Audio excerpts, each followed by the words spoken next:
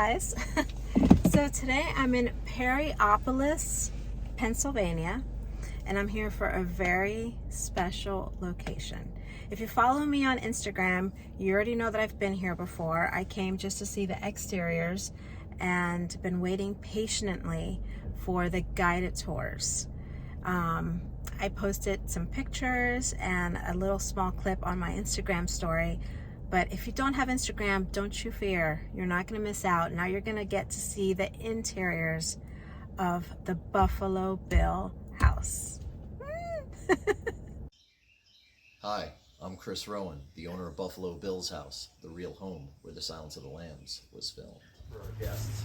So, as I'm sure you guys are aware, this is the famous front door, and a little background on Silence and how things came to be. So Jodie Foster's car comes right through the driveway entrance, and she parks parallel right against our walkway in her FBI-issued undercover car. The camera actually starts when Buffalo Bill's house is established in the film.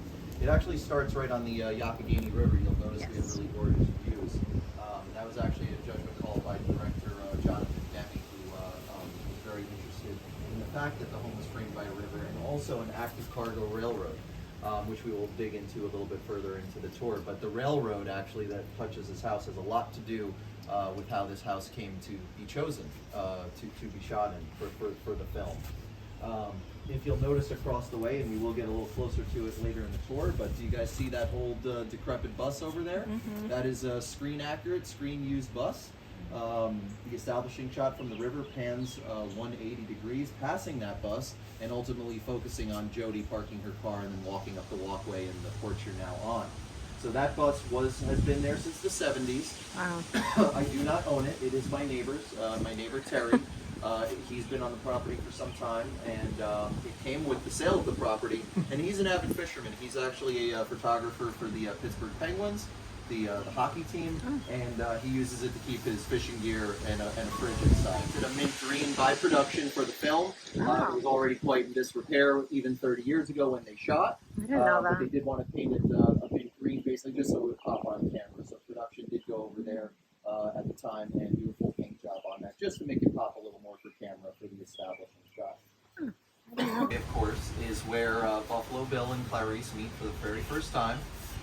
The storm door has since been replaced. The storm door that was used on camera has been replaced due to damage in a storm many years ago. So while this door is not accurate, the actual door is the screen-used door, right down to some very distinguished scratch marks. It was replaced, and the interior door will point out some scratches actually, and we're actually going to do a little video break in the middle of the tour, and you'll actually get to ID some of the very specific marks that were on it. Of course, Bill peers out the front door. Jodie's questioning him about the murders that had taken place.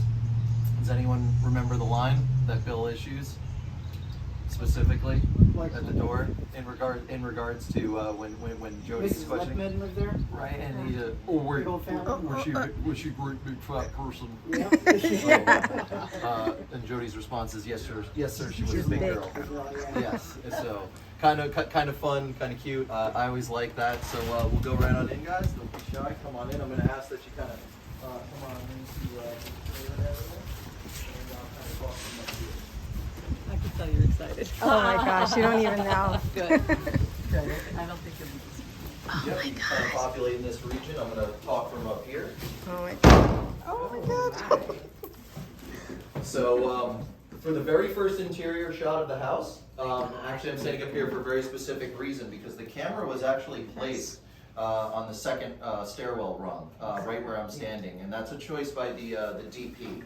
So a DP in film is the director of photography, and even though, of course, the director has all the final say in what the shots are and how they're established, the DP is the one who frames it and actually makes it look good. That's his job. So the camera was placed here, and that's the very first time you see Bill when he lets her in and says, he thinks he has some info that could help her with her investigations, and that took place right in this region right here, which is super cool. And kind of a really fun thing, which we'll get back to a little bit later in the tour, but take a look at that photograph, unrelated to filming. That came with the sale of the house when I purchased it. It was one of the only items that came with it.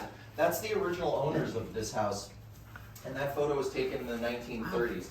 These are my friends Zach and Allie. They'll be helping if you guys need photos taken at any point. They'll be happy to help, or you need anything. They'll be they're part of the crew, and they're gonna help out. So if you want photos, or you have any questions, feel free to ask. But that photo was taken in the 1930s, and it is the family who built Buffalo Bill's house.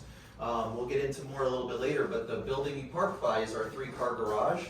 That was actually the town's general store, post office, and train station for the region, dating back to the 1890s. And it was ultimately very successful, and they inevitably built Buffalo Bill's house in 1910. So those are the original owners. And we'll talk more about that later. But getting back to the sequences that were shot here, very interesting piece that I have here. You'll notice a lot of artwork framed all around Bill's. Some of it is silent, some of it is otherwise.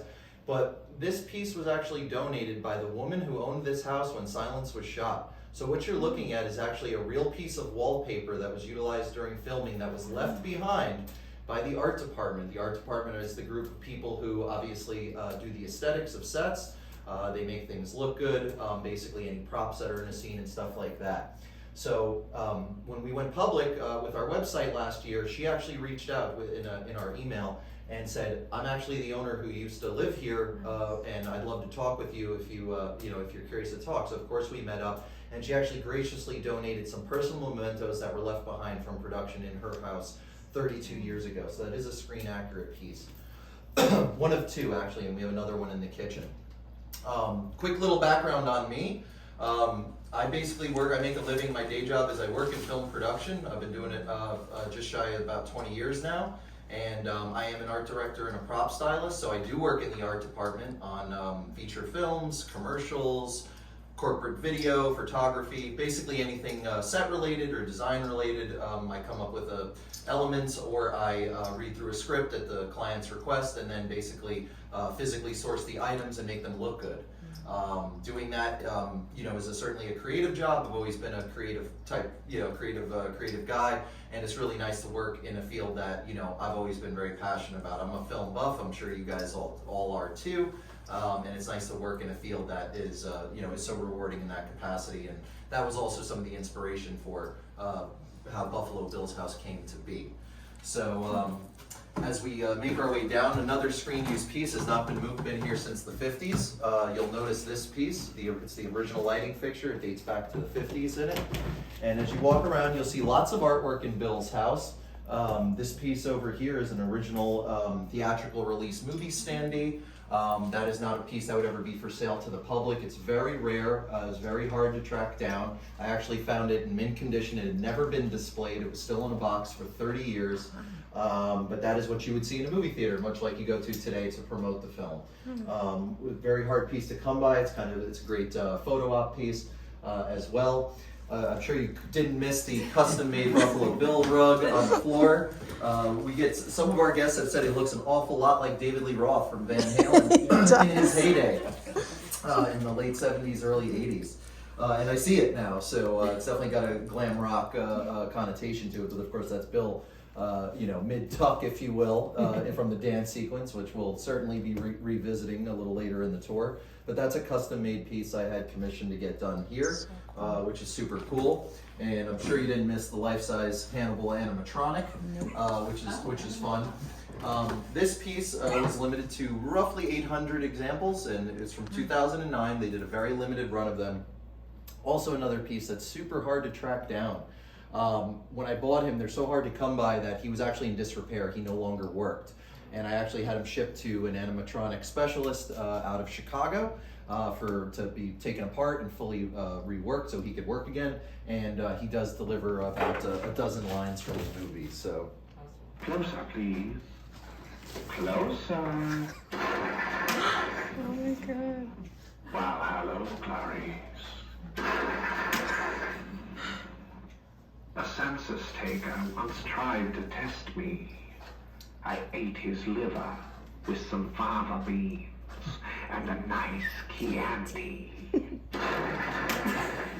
So he does about a dozen lines from the movie. I have a few conditions of my own. Quid pro quo, I tell you things, you tell me things. Just one more thing. Love your suit. I think there's one more. And the cheap shoes. He loves You still wake up sometimes, don't you? Wake up in the dark and hear the screaming of the lambs. So it's kind of a cute piece, and actually I have him set on manual mode just for the tour because he won't stop talking if I don't. But he's actually motion sensor operated, so obviously we are doing a guided tour today, but Buffalo Bill's house primary function is an overnight accommodation, so you can rent this entire house out to yourself, and we'll talk structurally about how we operate in that regard. But Hannibal resides on a motion sensor, so actually when people come in for an overnight stay and there's nobody here, the minute you're about 3 or 4 feet from him, he comes to life and usually gives our guests a pretty good scare. We get a lot of reviews that people love that. They're certainly not expecting it. I just keep them on manual mode for the tour, since we won't stop talking. Again, feel free to take as many photos as you want. We're going to make our way to the dining room. This is the iconic dining room of Buffalo Bill's house, and if you've seen the film, you'll know that there was quite a bit of action shot in here. The sequence of events that took place in here, right where about you're standing, is where Jodie Foster, she kind of lands right in the middle of the walkway, maybe one step closer at that point, and she ultimately is grilling Bill about the murders that had taken place, and Bill invites her in, of course saying that he has some business cards that may be able to help her out with her investigation. If you look around the room, you'll see lots of artwork on the walls as we pace around and see the home. Almost all the artwork that you see has actually been donated by fans and who are also artists. Every single piece, with the exception of a handful, have all been donated. A very unique thing happened when we got involved with Buffalo Bill's house and decided to open it. The few pieces that we had bought, we decided to do some social media videos for it and put them out online. And upon doing that, artists started to reach out to us and say, hey, I do this, or hey, I do that, would you be interested in having the piece displayed in the home or whatever? And quite fortunately, we kind of just cherry picked all our favorites, which was really awesome. So that piece over there, arguably one of my favorites in the house, that's a canvas oil painting of Bill from a young lady out of Virginia. The photo between the canvas between Zach and Allie was actually a thesis project from a young girl in London. She's an art student. That was her thesis art project. You'll also notice as we go around, we actually have 3 real death's head moth specimens mounted inside the house. And the first one on the tour is right here. This was actually donated by a taxidermist out of Russia, actually, last year, back in February of 2021. She does gilded insects and specimens and things like that. So it is an absolutely real piece. The death's head moth, which is Bill's calling card, of course. Bill places the breed into the throats of his victims throughout the course of the film. It is his calling card. Kind of lets you know that it's his handiwork. So we do have 3 real ones on display. And another lovely piece. This was gifted to us by an artist out of Philadelphia on the other side of the state. Really fortunate to treat Buffalo Bill's almost like a gallery in a lot of ways. As someone who works in the art department and does work in film production, I certainly appreciate a great aesthetic, and I'm happy to promote local artists and artists from around the world that now have a permanent space inside the home. Bill's house is also famous for this curio. Of course, this should look very familiar to you. This was screen used. When they do the reverse and Jodie Foster is standing there, Bill is here, and there is right where about you're standing, there's some sewing apparatus. And it's at that moment in time that the famous death's head moth lands on some sewing apparatus. And Jodie Foster delivers a line to Bill when she sees it. She unhinges her gun and kind of covers it up with her laser. Doesn't want to give it away just yet. And says something very specific. Does anyone remember what that line is? Very good, Mr. Gum. Very good, Mr. Gum. And then right before that, you got 2 out of 3. That's pretty good. Oh yeah, can I use your telephone? Can I use your phone? That's right. It says, can I use your phone? And at that point, Bill has opened up this drawer, and we have a little gag that we do here at the house. So this is the official business card drawer. It's the one they use. So we encourage everyone to pass us through both overnight stays and guests to leave their business cards. Inside is a gag. Everyone likes to reenact the scene. We get a lot of photos sent to us of guests, our overnight guests, certainly reenacting the scene. And I'll grab a handful, first few that come up. And Bill's fumbling around for his cards. And of course, Jodie says the line, Can I Freeze. use your phone? And Bill says, sure. You could use my phone. Freeze!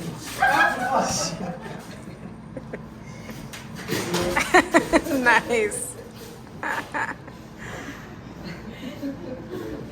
So Bravo. no one got scared, but and the guns are props, so hopefully no one's antsy their pantsies about the firearms. Bravo, you got me. We do get a lot of guests to recreate that, and that's a staple of That's how we awesome. operate. This is meant to be a really fun place, and certainly an homage to the film that was shot here. But we try to actually let you walk the footsteps of the characters that we all love. So we've set up a lot of cool little niches there. We'll see some more of them. But that basically concludes the dining room. Feel free to mingle a couple minutes, take a few photos if you like, anywhere you want. I highly recommend you check out the Death's Head here on the mantle. Also feel free, I'm going to open this up so you can see it more clearly. This is a really easy piece. I'm going to turn the lights on. This was gifted to us by a lady who exclusively makes miniature movie homes. Wow. All by hand. And if you look through the window, you will actually see props from the film that she all miniatures inside. You feel free to look at it. Her info's right next to it. The next sequence of filming events that took place for Silence all took place in this kitchen. I would say the kitchen definitely is the area of the room. Excuse me. Is the area of the house that currently looks least like it did on film. And the reason for that is because the room actually went through a full demolition and then ultimately a renovation, specifically because it just looked too new for the aesthetic of the film. So the art department, people like me, guys who work like me on set, came in and pretty much demolished the homeowner's current kitchen and then made it even older looking. They did shoot in 1989 and 1990. And the film was released in 1991, and certainly the aesthetic did not fit what they wanted the home to look like. So they took out the cabinets, they took out the appliances. They're very dated if you remember the film. But the placement of this gun, Bill has a stainless steel revolver, very similar to this. And expecting trouble from Clarice when he got the knock at the door, he pre-placed his gun here off camera, right? So the gun was waiting. So when Bill bounces around the corner and she pulls on him, he grabs the pistol, and makes a dash for that door, which is our very famous, world-famous basement, which we will save till the end of the tour for obvious reasons, because that's kind of, everyone wants to see that, so that's where we will get there. But he makes a mad dash to the door with his gun out. Jodie is chasing him through the kitchen. So structurally how that was filmed, right here, this was not here, it was just a table which the art department brought in. They laid down a dolly track. Dolly track in film is basically just like a train track. It's what the camera rolls on with wheels, and it allows you to basically give a nice fluid motion when you're looking for a shot like that. It's very common. We use them pretty much almost on every shoot I ever do. The dolly track was placed right here, and you get a really nice pan all the way across. You do see through our parlor room and living room. They make quick cameos in the film for, I would say, 2 to 3 seconds, but not much more. And then Jodie follows behind and they head toward the basement. If you turn around and check out this piece right here, this is the second piece of screen accurate used props from the film, set dressing. The wallpaper you're looking at is a sample that was used, that was up in this kitchen during filming. This was also a second gift from Barbara, who was the name of the lady who owned the house during Silence's filming. And again, this is something that the arts department left behind. Structurally, as someone who works in the business, I find it fascinating that there were things left behind during production, especially a big Hollywood production that has A, the manpower, and B, the money not to do things like that. I work on smaller budgeted things, not necessarily Hollywood blockbusters. So the fact that these items were actually left behind in the homeowner's home is a bit of a no-no. I would, if I were to leave things behind, that's not a good look for the production team in any way, shape, or form. So the fact that she even had these things is kind of remarkable in of itself. But that country wallpaper was up in this very kitchen, as well as it's matted in kind of a minty green, the same mint green we talked about on the bus. So the color of the kitchen and the bus were actually the same paint. You will get to see a real sample that's left, but of course after the movie was shot, it was part of the art department's responsibilities to basically rebuild the kitchen to the owner's specifications so they could live comfortably at that point. Bill's house is kind of an anomaly because it is obviously the real place. They shot both interior and exterior. I will bring up a story about Jonathan Demme at this point. As you can see straight down the hallway here, one of the reasons that Jonathan Demme picked this house is because he loved the fact that there was a clear view shot from the front door all the way to the back of the house. So that's also rare. It's a dated design. It doesn't really exist anymore. The home was built in 1910, so it is 110 years old. He equated it, and this is a direct quote from the woman Barbara who owned the home, said that he equated it to a spider luring his prey into its web. So Bill is drawing her closer and closer where? To the basement. So that was all a tactical decision by Jonathan Demme to utilize that. I find that really fascinating because again, we don't normally shoot in those, when we shoot on location, it is a real rarity to shoot exterior and interiors in the same place. So feel free to take your photos and we'll... I would say, wow, yeah. That's really cool. Straight over.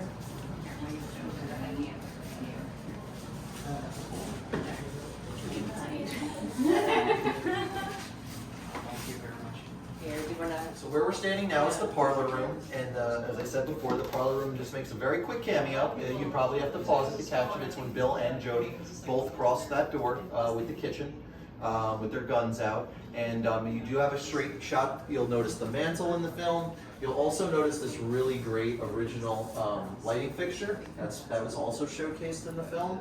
But other than that, the parlor room does not have any, a ton of filming taking place in it.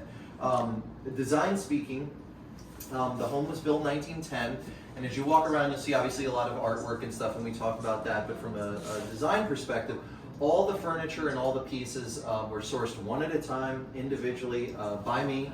It was a very lengthy process. It took almost a year to find everything, one piece at a time. Basically a lot of estate sales, some antique stores, flea markets, you name it. It took quite a bit to fill this home with period correct furniture.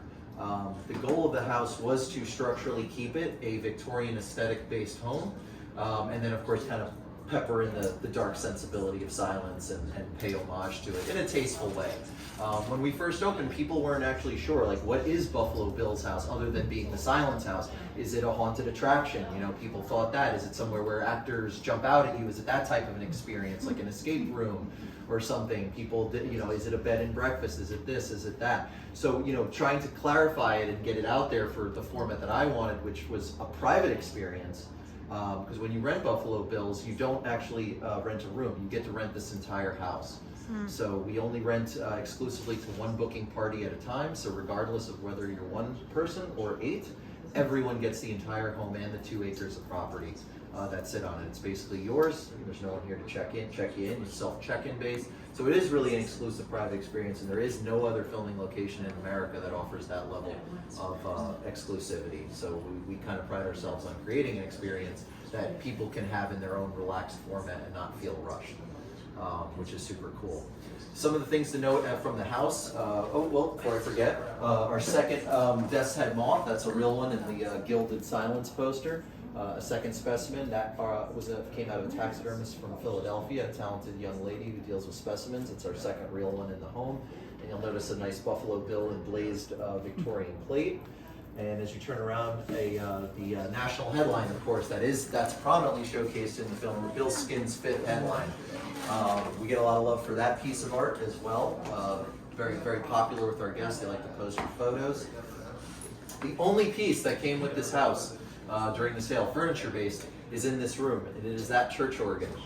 It's because it weighs somewhere around 300, 400 pounds, and the owner chose not to take it with him. And I'm actually very grateful because I think it looks beautiful in here, and I definitely, well, one, I didn't want to move it, but 2, it fits the aesthetic perfectly, and that was the only actual piece. Every other item you see that we talked about, all took about a year to source and then ultimately get here and set up. So that did come with the sale of the house. Some other unique things to note about, just structurally about the home. If you look at the wood, and you'll notice a stripe pattern, so that's called tiger wood. Tiger wood is now very, very expensive. Very hard to come by, but in its day was a little more readily accessible and also very popular due to its ornate textures and stuff like that. So all the woodwork is 100% original and is now 112 years old. And structurally, the home has, on the first floor, all original pocket doors, which is super beautiful. So of course, pre-modern furnaces, obviously you would, especially in the Pittsburgh region, it was a coal-heavy industry. You would heat your home with coal, and you certainly could not afford or have the ability to heat your home, the entire home. So you would close the doors and section off where you wanted to funnel the heat to in an effort to conserve the coal and not burn through it so quickly. It was, still expensive in its day as well. So you'll notice all original pocket doors all throughout the home.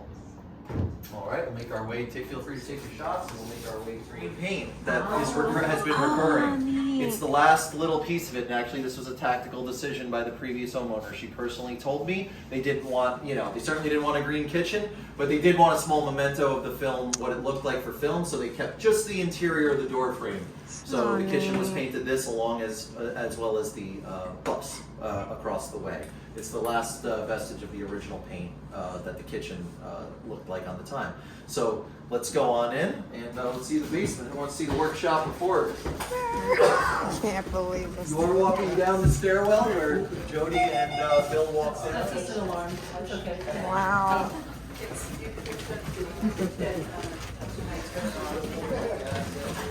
Hold on to this. Come right this way. Wow. Leslie, I'm gonna have you flip these switches for me. So cool. Both of them? Flip them both. Go right on in, guys. Just go right on in. Oh my Welcome god. to Bill's workshop and board. Oh my god. So my excitement continued through the rest of this video.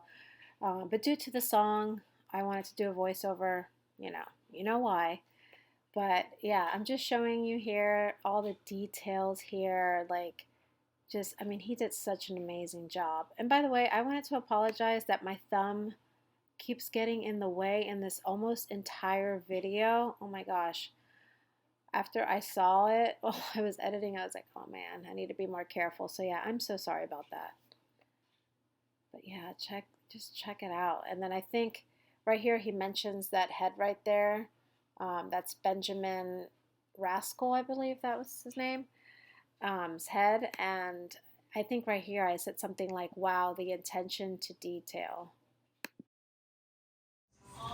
The attention to detail. Thank you very much. You're welcome. Thank you. I appreciate that. Wow. It's the best compliment I get. That is Attention to awesome. detail. Yeah.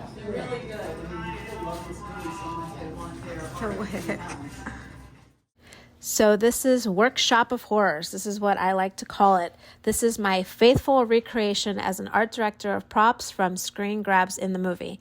I recreated it. It's not 100%, but it's pretty damn close. You'll notice specific trademarks from the film, the operational disco ball that Bill had hanging, the very, very large American flag as a backdrop. Of course, this is a vintage Singer sewing machine from the 1940s, very similar.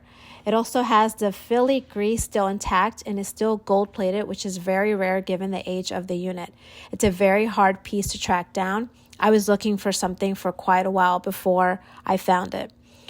And then we did talk about Benjamin Rascal's head in the jar. This was a donated piece by a special effects artist out in Utah, actually, who contacted us and said she was a huge fan and was really psyched about what we were doing. She was working on this as a project and was wondering if we were interested in displaying it. And I said, I know exactly where to put this. So yeah, I do get heads in jars sent to me. It's not uncommon to get strange things mailed like this very frequently from fans and guests. Other things to note are the 4 mannequins are all wearing vintage 80s appropriate, completely authentic 80s garbs and whatnot. You see the old school CRT2 TV that Bill had, a lot of dress forms and mannequins and things like that. We also have, of course, a replica of Bill Kimono's Bill kimonos, his wig, and feathered boa. A lot of our guests choose to come down, and here we certainly say, come down to Buffalo Bill's house and get your tuck on. And believe me, from the emails we get on a weekly basis, people do. People absolutely 110%. It's an interaction experience, it's a fun experience, and it's supposed to be fun, and it's supposed to be a little silly. And it's definitely supposed to be over the top. Sure are. Sure are. So over here, this was not on film in any way, shape, or form over here, but I will say that this is the pantry door. The pantry you saw, you walk right by in the kitchen. Again, we structurally keep it off. It's been off since filming, and that's just because it opens, it's kind of in the way, so it's just a lot easier egress and ingress to keep it off. But it is the color paint. There's the screen accurate door that was up in the pantry. I do have plans to mount this on an actual frame, so we can do a little bit better photo op than that, so you can see it. So that's that. And then behind here, I don't know if anyone's aware, we will not be going in this room today, but it's a good reason to come back. So I don't know if anyone has heard. If you follow us, you might. We've been talking about building the well for quite some time. So the well was not shot in this house in any way, shape, or form. It was shot at a factory that is now defunct, closer to about an hour north of here, on a soundstage. However, we are building the real well, and the well is actively under construction behind this door. I regret to inform you that I cannot show it to you because it's going to be a big reveal when it's completely finished, but hopefully it's a great reason to come back. Yes. If you thought the workshop was great, just wait until you see the well. So the shot starts on that side over there, and it pans this way, and it shows this here, and then it shows the house. Going back green, I said I'll paint it for free just to get it back to screen accurate. That would be cool. Maybe down the road. He hasn't bid on it. So a lot of shots shot right here in front of the house towards the end. It's real. Once they capture Mr. Bill. Yeah,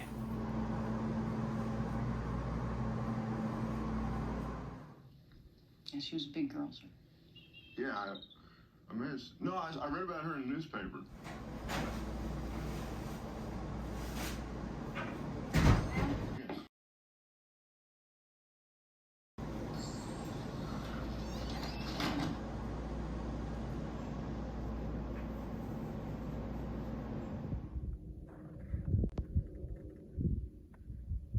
I can't believe that thing's still there.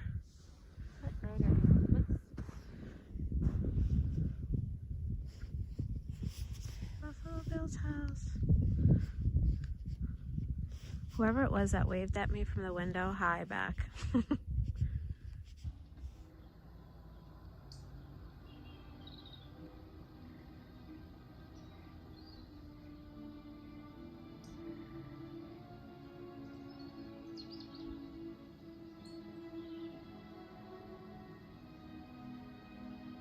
Are you close to catching somebody? Yes, we may be. Did you take over this place after Mrs. Littman died, is that right?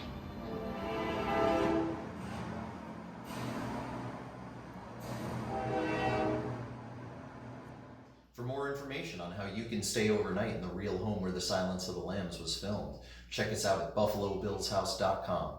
We also offer guided tours and on-location filming opportunities. Be sure to check us out on Instagram and Facebook at Buffalo Bill's House, Twitter and TikTok at Buff Bill's House. You can also give us a call at 1-833-BUFF-BILL. Be sure you check us out, or else you'll get the hose again. Hey guys, so for those of you that have read my description on my YouTube videos, you know that I decided to go out of sequence for the first time to bring you a special video. But this one happened, and so there's 3 videos now that are going to be, well, one already happened, was the Fred Rogers video, because in that video I'm talking about going to a special location on the same day, which is the Buffalo Bill. So yeah, I usually put my videos in order of, you know, of when I filmed them, but these videos are just way too good, and I had to hurry up and try to put these out there as fast as I can. But what can I say? Actually, this shirt is from that day. I don't know if you've seen my Fred Rogers video already, you know that some guy stopped me and he wanted me to check out some merchandise, and this shirt was actually from that store. But look at this. Unfortunately, that came like that, but that's all right. What I really want to talk to you guys about is the Buffalo Bill Experience guided tour. Like, I cannot say enough about this. Chris was absolutely amazing. He is so detailed, so informative, that I felt like half of the time, all the questions that I had, he already answered them. There was one question though that I wanted to ask on camera and I didn't get a chance to, and I overheard another girl ask the same question that I wanted to ask, and it was about when you're in the basement and you're going down the stairs, at what point does it change from the house to studio? Because at some point when she's in the basement, half of that scene was filmed in a studio. So I think the answer was once she goes down the stairs and she's kind of leaning against the wall, I think past that was in a studio. Either way, when you go in person and you see the basement and you see what a great job he's done, it's kind of hard to think like, really? It wasn't filmed here? So anyways, there's a couple of things that I wanted to do that I missed because I didn't want to overstay my welcome there, because at the end, once everything was over, I asked if I could go back inside the house and film a couple more things, and Chris did help me out with one scene, which was really cool. But I really wanted to do, like, I wanted to reenact all the scenes with Chris, but you know, I didn't want to be, you know, too much. Towards the end though, they bring you out to a table and they talk to you for a little bit and they show you all the merchandise, and I bought this refrigerator magnet and I bought this Clarice cherry flavored chapstick. I think it's so cool that it has the house on the outside. Oh, one thing I wanted to say. So the video itself was very, very long. So this video, I decided to make it as short as I could. I didn't do a very good job. So I took out all the upstairs footage, so all the rooms. I didn't put it in this video, and then there was also something towards the end that I took out. So if you want to see that entire video, wait a few days and I will repost the video as a full video. That way, those of you that don't mind sitting around watching a longer video, you'll have the chance to see the whole thing. But yeah, I just want to thank Chris and the team for such a great experience. I have to say that if you are a Silence of the Lambs fan, this is the one experience that I totally recommend. But if you're not, and you just love films the way that I do, this is a must-see. I mean, the way that he puts this together, it's amazing. Again, don't forget to check out all his information if you want to buy tickets. There's actual dates already for his next guided tours in August. So I would hurry up and go buy a ticket. The price is very reasonable, and you'll get so much out of it that, trust me, you'll want to go back.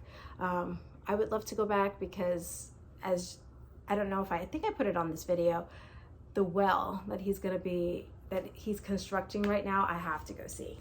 So anyways, I hope you guys enjoy this video. Thank you so much for watching, and I'll see you guys next time. Bye.